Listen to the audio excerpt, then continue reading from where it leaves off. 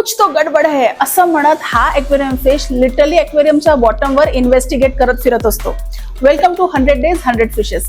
आज आहे दिवस 14वा. काही मासे वरती पोहतात, काही मासे मिडल मध्ये पोहतात, पण हा कायम बॉटम मध्येच फिरत असतो. आजची आपली फिश व्हरायटी आहे कॉरिडोरस कॅटफिश. सगळ्यात पहिले तुमचा गैरसमज दूर करते.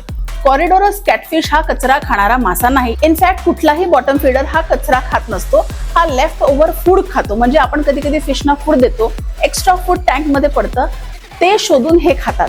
कॉरिडोरस कॅटफिश हा साऊथ अमेरिकेच्या रिव्हर्स आणि स्ट्रीम्स मधनं येतो. त्याच्यामुळे क्लिअर पाणी आणि सॉफ्ट सबस्ट्रेट म्हणजे मऊ ग्रेव्हल ह्याच्यासाठी गरजेचं आहे. मऊ ग्रेव्हल का? ह्याच्या तोंडाजवळच्या मिशा म्हणजे विस्कर्स, ज्यांना आपण बार्बेल सुद्धा म्हणतो, त्या यूज करून हा फिश फूड शोधतो. ह्या बार्बेल सेन्सिटिव्ह असतात, त्याच्यामुळे तुम्ही जर खूप टोकदार दगड किंवा सँड यूज केली तर मग फिशला प्रॉब्लेम होऊ शकेल. त्याच्यामुळे सॉफ्ट सँड ह्याच्यासाठी तुम्ही यूज करू शकता किंवा सॉफ्ट सबस्ट्रेट असलेल्या ॲक्वेरियम मध्ये सुद्धा तुम्ही याला टाकू शकता. कॉरिडोरस हा एक पीसफुल फिश आहे, त्याच्यामुळे तुम्ही ह्याला मॅक्सिमम कम्युनिटी फिशेस बरोबर कंबाईन करू शकता, प्लांटेड ॲक्वेरियम्स मध्ये टाकू शकता. बरं, हा एक स्कूलिंग फिश आहे, ग्रुप फिश आहे, त्याच्यामुळे कमीत कमी 6 पेअर ह्याचे तुम्हाला ॲक्वेरियम मध्ये टाकायचे, पण त्याच्यासाठी तुमचं ॲक्वेरियम सुद्धा 3 फुटापर्यंतचं असलं पाहिजे.